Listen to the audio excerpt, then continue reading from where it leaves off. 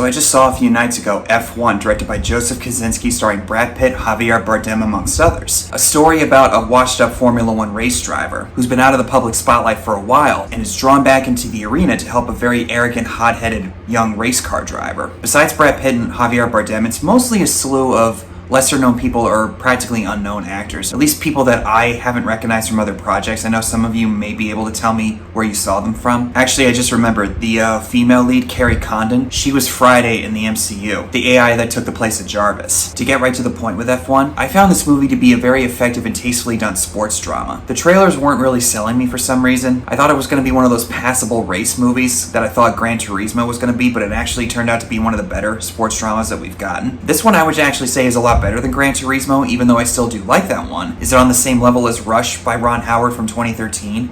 I wouldn't say so. But this is brought to us by Joseph Kosinski, who brought us Top Gun Maverick a few years ago. So with movie-going audiences in the entertainment industry, he has a certain credibility and capability that people recognize. And this has a very similar feel to Top Gun Maverick, not just with the gravitas, but with the budget that's right behind it. And he brings a certain intensity to the racing scenes, similar to the flight scenes with Top Gun Maverick. Thanks to Claudio Miranda, the cinematographer, Joseph Kosinski is able to really show off his sleek style in certain areas, with the racing scene and the arenas that take place with the Grand Prix, Vegas, Hungary, Germany, Netherlands, and so on, oftentimes putting us right in the seat of the Formula One race car. And we get to really see the intensity and the urgency whenever they have to get their tires changed, because when you're going around so many laps, I forget quite often that you have to get your tires frequently updated because you're going around so much, and it's also wear and tear, making really hard turns on these corners. When it comes to the characters, there's nothing really there that's not been done before, but I've been in the mindset of the last few years to watch something for what it is. A movie that's fairly predictable or not really the most original doesn't mean that it's bad. It's all about how you tell the story. An old friend of mine, Rachel Wagner, and I had this conversation a long time ago. Now, this isn't new ground. We hear this quite often with any movie that comes out that has a certain style or flavor that we've seen before in other things. But thanks to the writing of this movie by Aaron Kruger, hopefully I got that correct, they're really able to give us a good amount of time to the characters to understand their mindset and their personalities and why they're doing what they're doing. I didn't really care as much about the younger driver, although I did want to see him succeed. He was obviously an arrogant hothead. Sonny, played by Brad Pitt, is also a know-it-all hothead, just like Chris Hemsworth and Daniel Bruhl in Rush. Both strong personalities and different stages of their lives.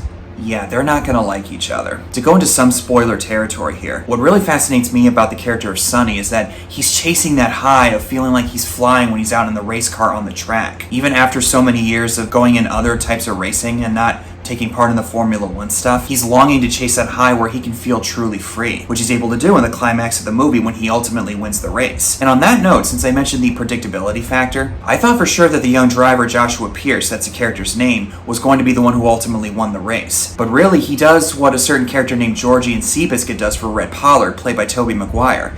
He knows that he doesn't have a chance to get this one, and that ultimately he, the main character, deserves at least one shot at the title. Sonny, in his prime, while very arrogant, had a promising future, but a certain accident happens and he felt disgraced as a result, therefore going into a very reclusive lifestyle, and doing some racing that he knew that he was going to be able to do, never really having the heart to go back into Formula One racing until his friend, played by Javier Bardem, drags him back into the arena. So in that way, it's not entirely original. Joshua would be the one to ultimately win the race, not Sonny.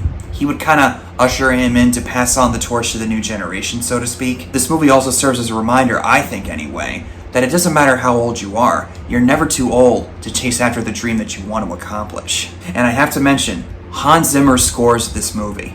One of the best in the industry as a film composer goes. Most of the time he hasn't let me down. Thankfully, he manages to nail it here. But what I also really like is that Josh confesses to his mother that it was his hubris that caused the accident that he gets into in the halfway point of the film. His mother ultimately blames Sonny, seeing the friction between the two. But right before the big race starts in the finale, he has enough courage and he's wise enough after his interactions with Sonny and his time on the track that he decides that, no, it was my fault.